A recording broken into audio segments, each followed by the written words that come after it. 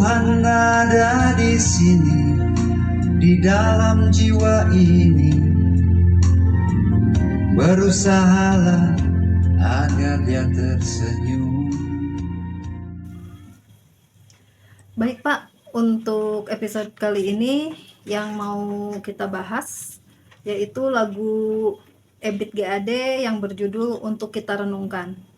Lagu ini dirilis tahun 1982. Mohon pengungkapan maknanya dari sisi Bapak.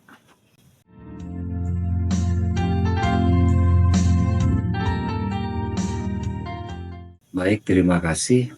Tahun 82 itu saya lulus SMA dan sudah mulai masuk kuliah kira-kira tingkat 1 ya. Saya angkatan 82 ya.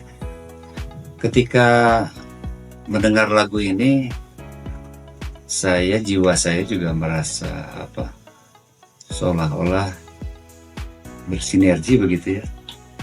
Berbenturan antara jiwa saya dengan lagu ini ya.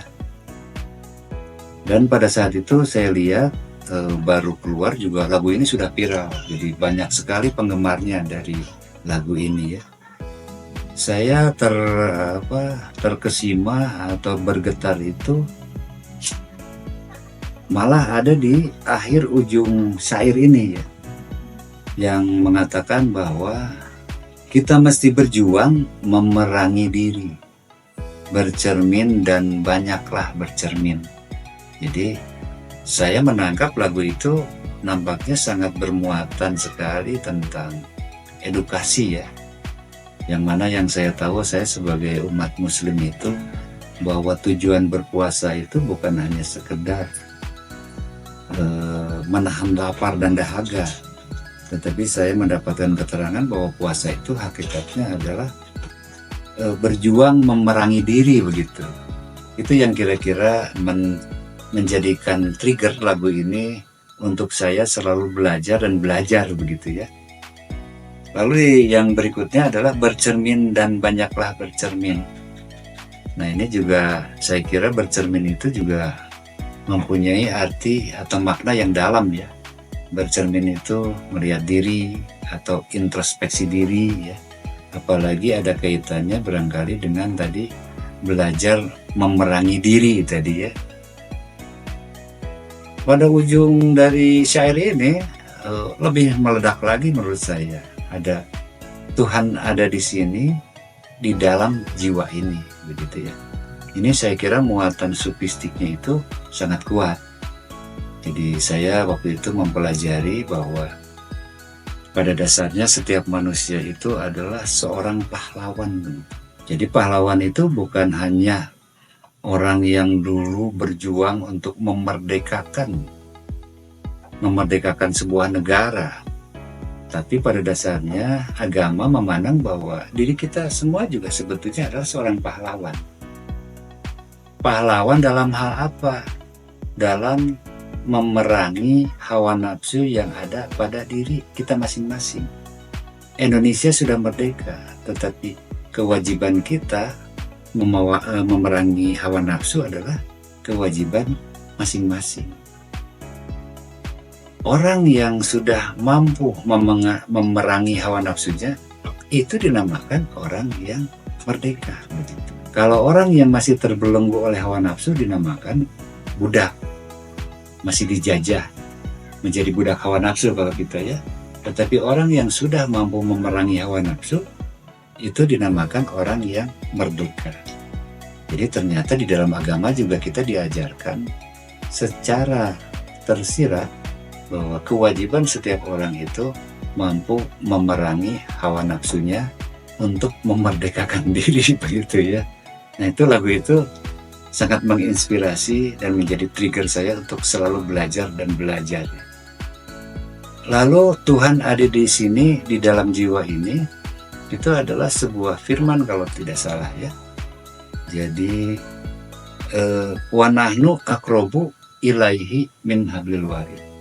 Jadi barang siapa manusia ingin mencari Tuhan, betulnya Tuhan itu lebih dekat daripada urat barung lehermu.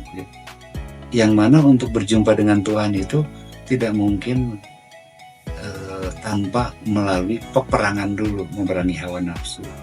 Jadi orang yang bisa mendekatkan diri kepada Tuhan itu kalau dia setelah selesai memerangi hawa nafsunya, begitu ya. Ini sebuah perjalanan panjang kalau di dalam suluk atau di dalam tasawuf itu ya, perjalanan panjang. Tapi nampaklah proses di dalam bersuluk atau mendekatkan diri, saya lihat di dalam lagu ini sangat kental. Apalagi saya lihat judulnya untuk kita renungkan gitu ya. Jangan-jangan ini juga terutama untuk dari saya pribadi, ini lagu ini sangat menginspirasi begitu ya. Sangat menginspirasi. Saya kira kalau dari saya itu ya, saya bergetar dengan lagu itu tuh karena maknanya yang dalam seperti itu. Sebelum video dilanjut, kami ingin mengajak kepada rekan-rekan yang ingin berpartisipasi atau ingin lagu favoritnya, kita kupas isinya. Boleh request di kolom komentar ya. Dan jika rekan-rekan menyukai video kami, jangan lupa tekan tombol like dan subscribe ya. Terima kasih. Semua lirik di lagu ini memang perlu direnungkan dan Pak Ebit juga di sini kayaknya memang sangat ingin mengajak pendengar musiknya untuk merenungkan seluruh lirik yang ada di lagunya ya. Iya, saya kira begitu. Kalau tidak salah, saya mengumpulkan lagu Ebit G. Ade itu ada sekitar 150-an lah. Jadi ini buku ini syair-syairnya saya baca semua. Ada sebuah gaya di dalam beliau menulis syairnya. Biasanya tuh isinya tuh disimpan di belakang. Isinya tuh ya. Tetapi yang awal-awalnya kadang-kadang kita ini suka terkecoh ya. Seperti contoh, kita mesti telanjang dan benar-benar bersih. Itu ketika kita mendengar lagu itu juga kadang-kadang konsentrasi si pendengar itu juga kadang-kadang campur aduk. Karena orang pada umumnya mengartikan telanjang itu kan dengan membuka baju begitu ya. Jadi kalau seandainya lagu Ebit itu tidak didengar sampai akhir, kadang-kadang ya menimbulkan sesuatu hal yang bisa salah persepsi begitu ya. Makanya kalau saya sih sukanya tuh lagu itu tadi diulang-ulang gitu ya. Mulai dari awal sampai akhir sampai beberapa kali ya. Saya tidak menutup kemungkinan orang lain juga mungkin memandang lagu Ebit juga dari sisi yang lain bisa saja. Tapi kalau saya tadi melihatnya seperti itu ya. Dan banyak sekali juga orang lain menganggap bahwa ini lagu ini tidak ada isinya. Hanya berupa puisi, ya bisa-bisa saja orang berpandangan seperti itu ya.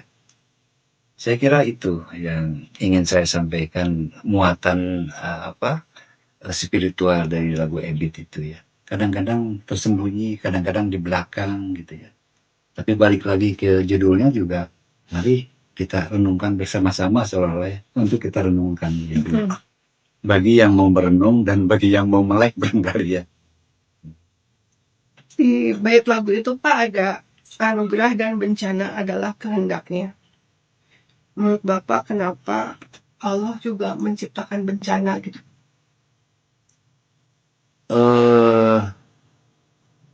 Iya, ini juga merupakan salah satu ciri khas dari Ebit G. Ade itu. Karena banyak muatan seringkali kita juga pusing untuk mengapresiasinya ya. Di sini ada kata-kata bencana, nanti akan nampak juga pada lagu lain pada Ebit G. Ade itu ya. Kalau saya sendiri, ini sangat individual, saya merasakan bahwa kejadian bencana, anak menjerit-jerit, asap panas membakar, kadang-kadang orang itu menjadi engah gitu, menjadi punya simpati. Seseorang kalau ada di dalam keadaan yang nyaman, yang hartanya banyak, hidupnya aman-aman saja, kadang-kadang kualitas seseorang itu monoton gitu. Tetapi ketika terjadi guncangan seperti dalam lagu ini, ada asap panas membakar, baru kadang-kadang kesadaran batin seseorang itu malah menjadi baik. Sama dengan diri kita, kalau dalam keadaan sehat, kadang-kadang kita sering lupa diri. Kadang-kadang kita menemukan makna dalam kehidupan tuh kadang-kadang ketika kita sedang di bawah, sedang sakit begitu. Jadi di dalam kehidupan tuh antara bahagia dan sedih itu sangat diperlukan menurut saya. Nah, nampak dalam lagu ini.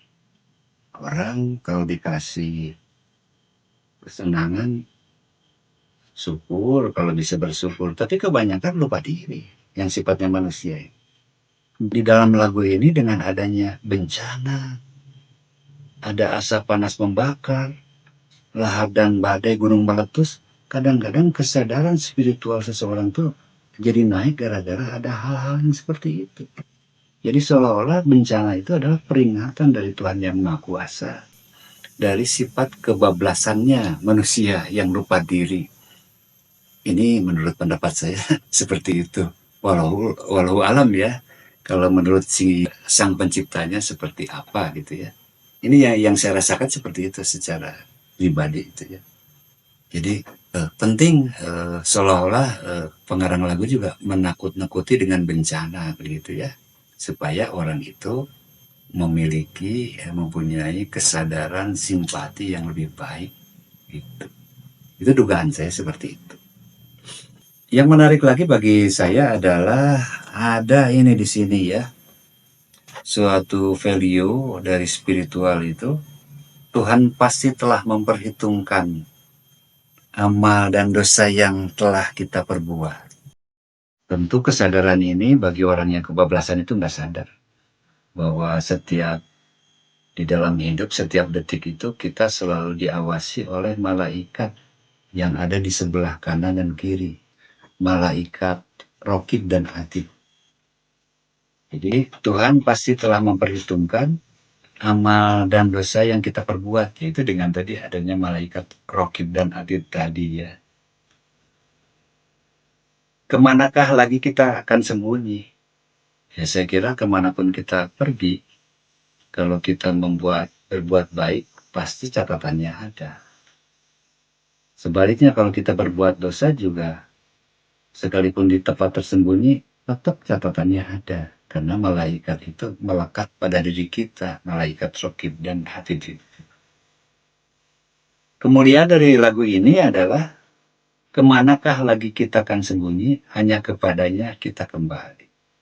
Jadi orang yang diharapkan oleh agama itu adalah orang yang bertanggung jawab sebetulnya. Bahwa setiap sekecil-kecilnya perbuatan kita, entah itu perbuatan baik maupun perbuatan buruk, pasti catatannya itu selalu ada begitu ya. Bukankah agama Islam itu mengajarkan iman, Islam, dan ihsan? Barangkali nilai-nilai keihsanan itu yang ingin ditekankan di dalam lagu ini. Apakah itu ihsan? Ihsan itu orang yang merasakan Tuhan itu selalu dekat dengan diri kita. Sehingga manusia itu untuk berbuat dosa itu barangkali berpikirnya juga 1000 kali begitu ya, kalau sadar seperti itu. Tak ada yang bakal bisa menjawab, mari hanya tunduk padanya begitu ya.